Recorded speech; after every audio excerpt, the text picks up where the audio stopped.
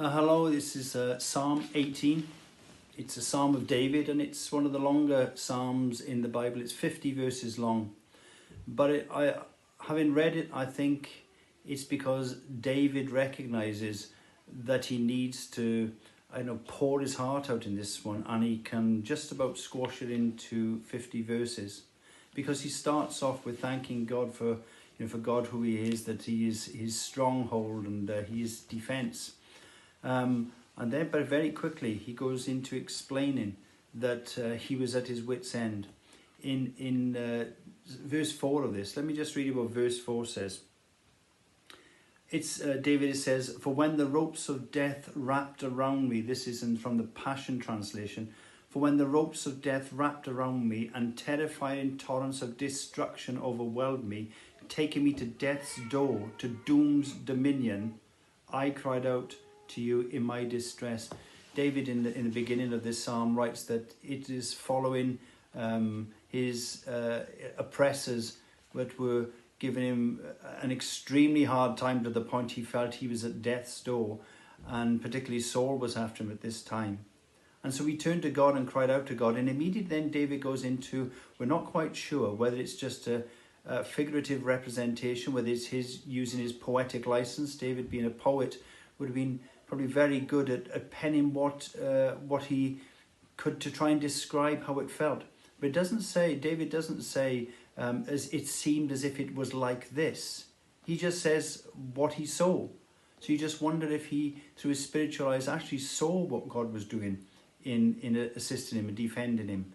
It goes to say such things as he saw God riding on a cherubim, and many, many different ways that it describes what he saw that God was doing for him. And you can imagine, if you actually saw that in your own spiritual eyes, how that would be a great uplift for you. And thereafter, having described how we saw God defeating his enemies, he goes on to praise God and to say how much he loves where God has taken him. And then actually in verse 33, if I can just read that to you again from the Passion Translation. "Through you I ascend to the highest peaks of your glory, to stand in heavenly places, strong and secure in you." And just a number of verses ago, we were saying that he was at death's door, that he was wrapped, as if, you can imagine, and some of you may have felt like this before, that he gets wrapped up in like a bit of a snake was around him perhaps. And that sort of feeling of being totally restricted. Fear has gripped you and you can't move, to the point that he says here that through you I ascend to the highest peaks of your glory, to stand in heavenly places, strong and secure in you. What a way he describes from where he was and to where he finds himself now, praising God.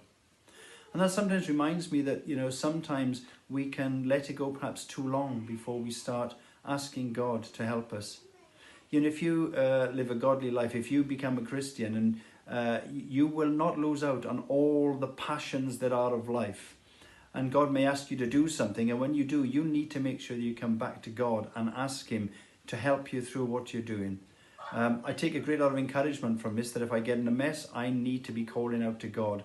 And also that it's not just an easy life. There are the full depth of emotions here. But if you ask God to help you, you'll always come out on the winning side. Have a great day.